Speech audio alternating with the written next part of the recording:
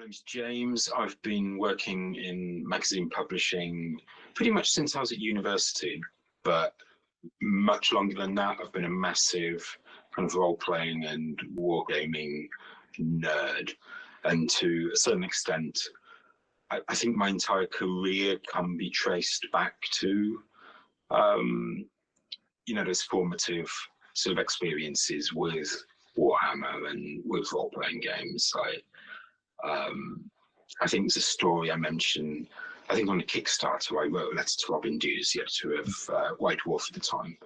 And I sent him honestly, the worst nonsense. I sent him like big stack of paper and it was just loads of character ideas I had for Talisman.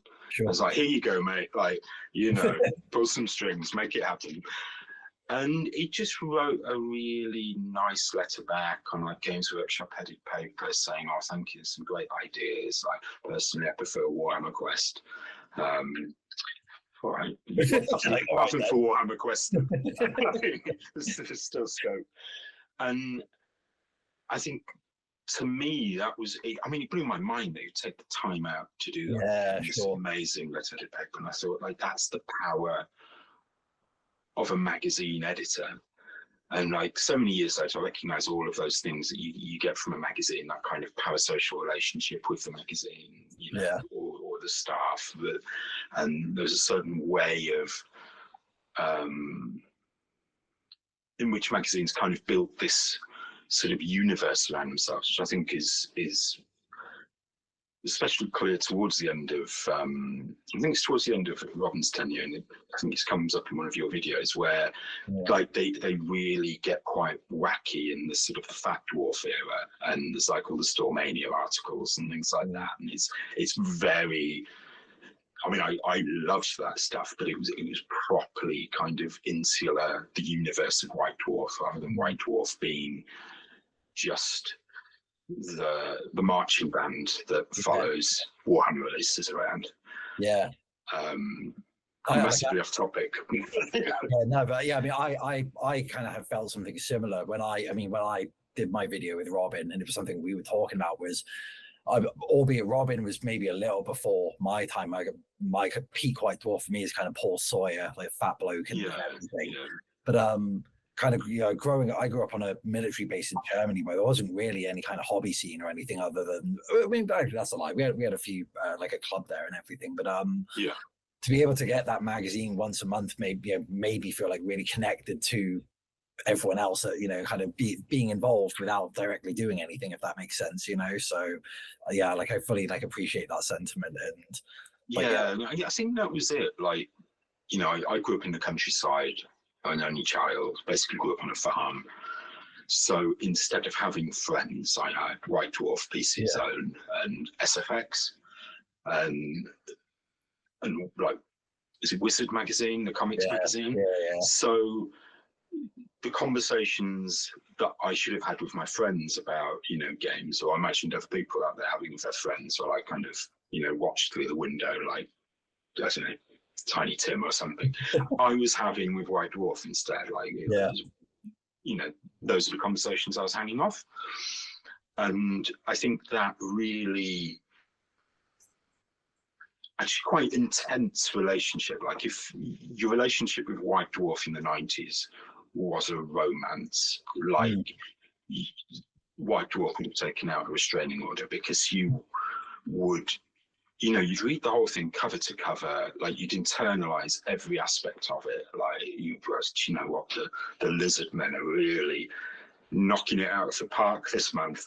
And every miniature you would know, every kind of sales line you'd parrot, because that was your contact for the month. So you're constantly like going back through it. And I think the sort of the word I can't say, so I wish I hadn't gone down that road. the kind of that sort of feeling and that energy is so kind of connected to that era. And I kind of accidentally, I think it's something that Secret Passages has reinforced, and I think that comes it obviously comes from me being a certain age, and like everyone I was speaking to initially being of a similar age. Sure. So the starting point was very much like Warhammer dads being the target demographic. Yeah, sure. Which probably isn't amazing from a marketing point of view, because you want to target as big a group of people as possible, but it's actually been really useful because you, at a glance, you know whether or not Secret Passages is for you. Yeah, because sure. the imagery and the vibes and the references are all very much of a particular, like, 2-year window in the existence of Games Workshop, even if it's not wholly Games Workshop focused, which was a bit of a worry when I started. Sure. It was actually quite GW heavy, and it wasn't supposed to be. But then the more I thought about it, the more I realized, well, if you are a fan of role-playing or wargaming and you're in your late 30s or early 40s, chances are your route into this hobby was Fighting Fantasy and Games Workshop. And so all those formative memories that kind of are in that nostalgia sweet spot are going to come from Fighting Fantasy at Games Workshop.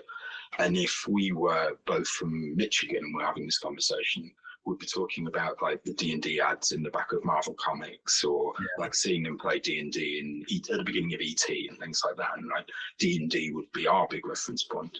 So I just thought, well, it's a Kickstarter that's based in the UK, so that automatically it's going to appeal to an audience primarily in the UK. But obviously, there are going to be other people. So maybe it's a feature and not a bug, and I can kind of just be at ease with that. Yeah, sure. Yeah. So talk about the I suppose the concept behind the magazine. Then you made an interesting post on one of the updates. I think it was the one about mine, where you kind of said it was like a good companion piece to like some of the videos I've been doing, where it's not really directly from the people who've made the game, but it's from the people who play the game, I suppose, is like a kind of good way of thinking about it. Something I've kind of experienced with making magazines and a variety of subjects. You know, I started my career in music magazines. I worked for Terrorizer straight out of university, then wrote for Curating and Metal Hammer, and then sort of edited Sci-Fi Now, and then kind of moved into history magazines. And the commonalities were always seemed very, very obvious to me. If you're running a magazine, whether it is a heavy metal magazine or it's a magazine about science fiction TV or military history, you're always going to have subjects that you want to return to. You're going to have, you know, Slayer, Doctor Who, Hitler, you know, the big three in any conversation. So you don't ever want to do a cover feature that is everything you need to know about Slayer, Doctor Who, or Hitler, because then you've effectively painted yourself into a corner. You're always going to want to do, if you're running a history magazine, a Hitler cover every 8 months. If it's a science fiction magazine, you're going to want to do a Doctor Who cover every 8 months. If you're doing I forgot my other daft example was, Slayer. You're going to want to do a Slayer cover every X months. So it's about finding those small stories and really getting in deep on them. And how that kind of becomes a companion piece to your videos is, in the sense, if you are talking to, say, Thomas Boone, his perspective is going to be quite top down. He's going to tell you the story of the things that were important to him as he remembers them.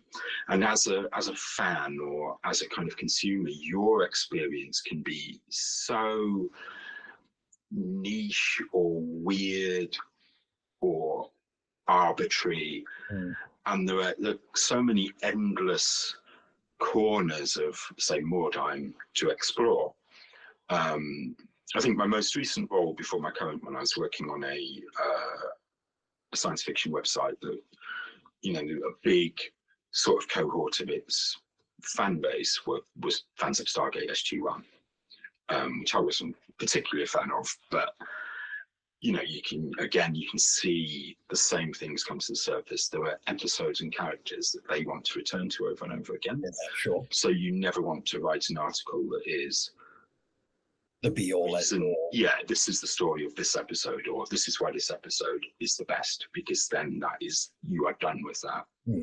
You want to talk about, you know, feminist interpretations of this episode, or, you know, how this episode reflects contemporary events, or, you know, viewing this character, like queer readings of this character, and suddenly you have, you know, 100 possible articles you could be doing about that.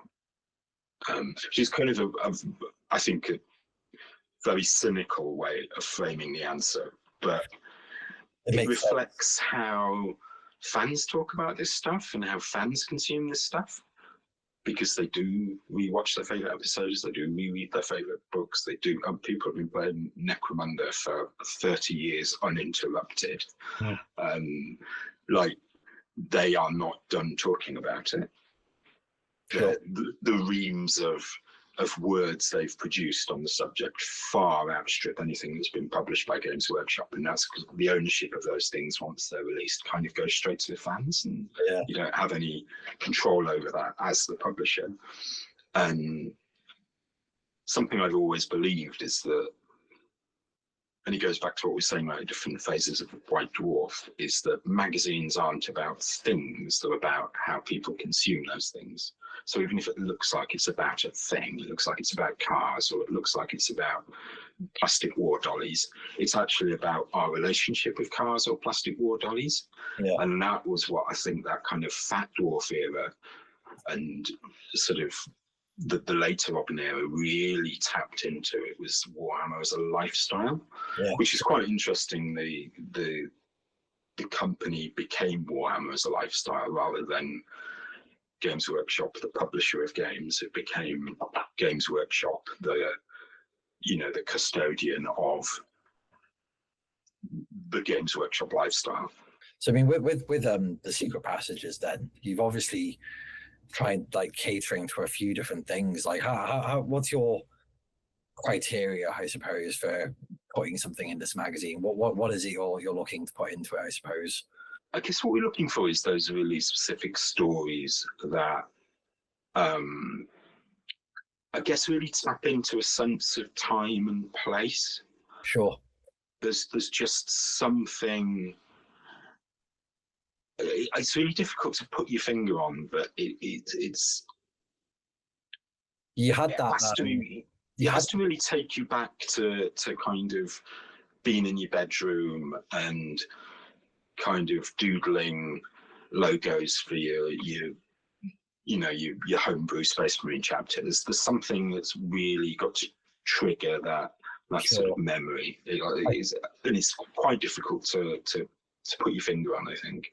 You had the sneak preview, I think it was, of the HeroQuest article, and I think the opening sentence is something about, you know, pulling it down from the attic and opening it on Christmas Day or something. And it is that kind of like, that nostalgia feeling. Everyone's going to remember receiving 3rd edition 40k Christmas 1998, 99, whenever it was, and opening that box and seeing the Black Templars artwork right in front of you and trying to explain to your mum what Dark Elder are. And you know, I think that's a universal experience. And I suppose that's really what like Secret Passages is partly conveying, isn't it? It's those experiences of the hobby that everyone has experienced to some degree. Yeah, because I mean, the Advanced HeroQuest article is a really good example, because I think, as I said in my recent update, I never actually played it. I've got a copy, and it looked really, really cool, but I'd sort of moved on by that point.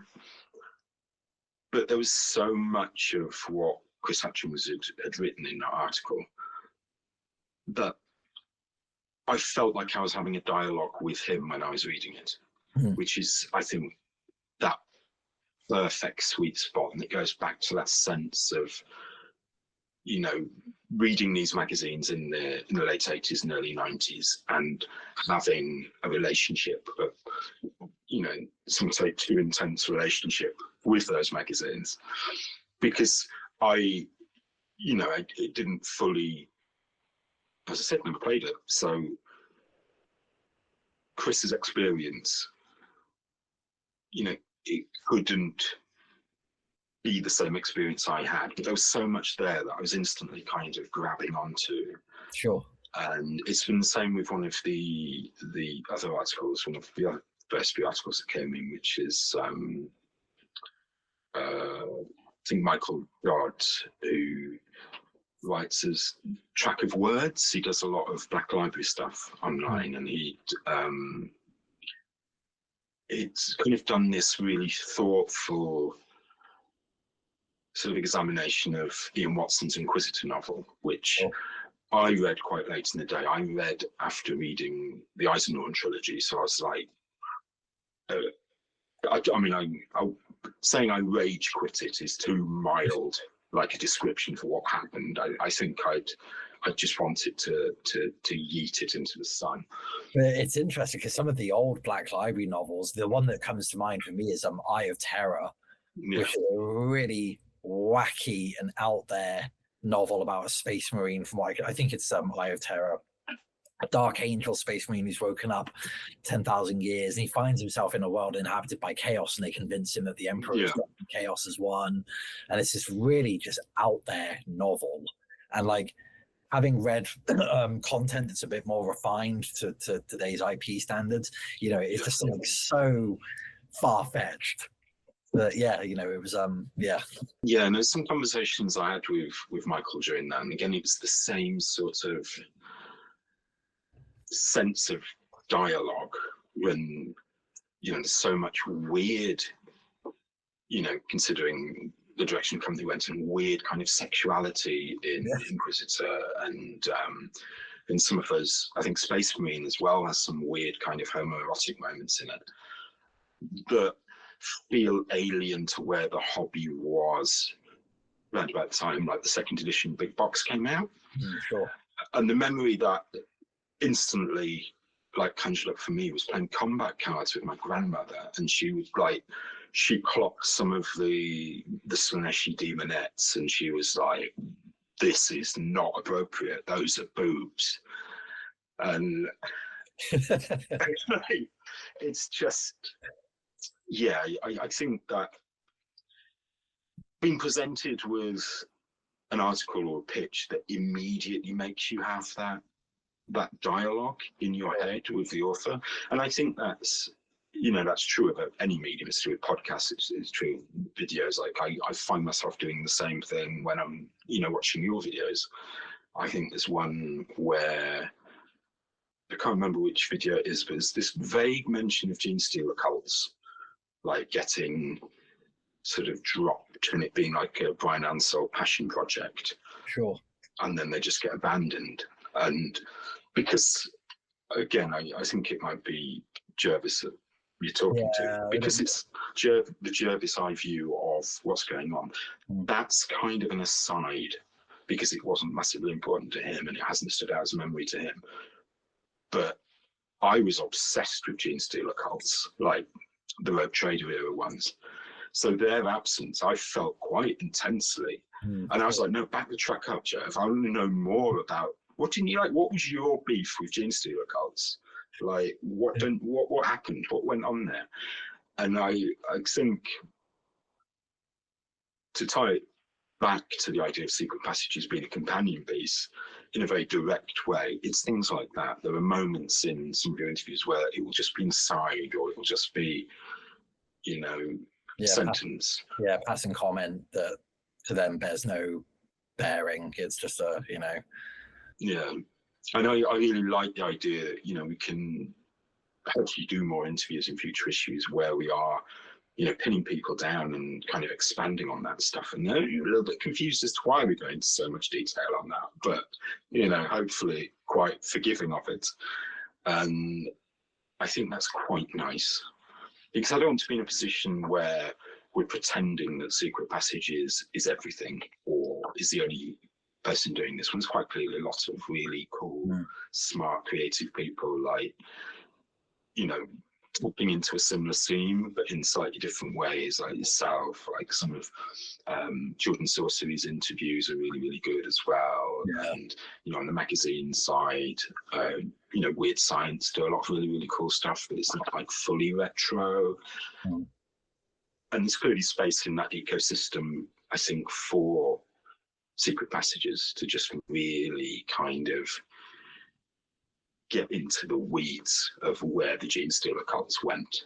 I like to think in that same way that Secret Passages can be a dialogue with the reader, it can kind of be this sort of larger conversation that people are having with, you know, your videos, with these other sources, with conversations on subreddits and, you know, the Oldhammer Facebook groups and things like that, and the old school role-playing Facebook groups, and just to be part of that kind of conversation, part of that experience that people are having.